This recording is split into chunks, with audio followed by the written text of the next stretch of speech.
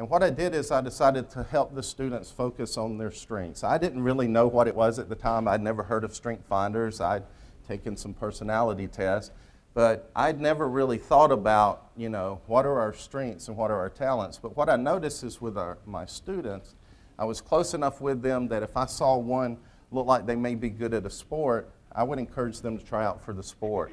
And if I saw that they were very creative or something, I would get them to try out for a play or for music, you know, for band. And what I saw is them begin to grow and to excel at something, and it began to influence other areas of their academic life. And so what I decided to do was to do a class where that they would take a few minutes and think about what they do well, what are their talents. And they could talk with their friends if they were in the class and ask them, what do you think I do well, what are my talents?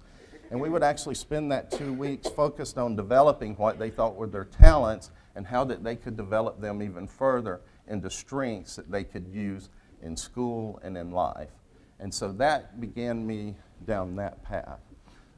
You know, my dad was a great influence on me, and he told me a long time ago, well, he passed away several years ago, but he said, choose your path. You know, don't worry about what people's expectations are. Don't worry about, you know, where you think people think you should go. He's like, but just choose your path. And he goes, but then be the best you that you can be. And so that's the message that I share when I go, is just to be the best you that you can be. There was a mother that had trouble getting her son up every morning for school. Yeah, how many moms in here have that? And it was a struggle.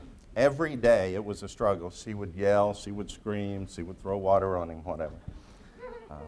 But every day it was a fight.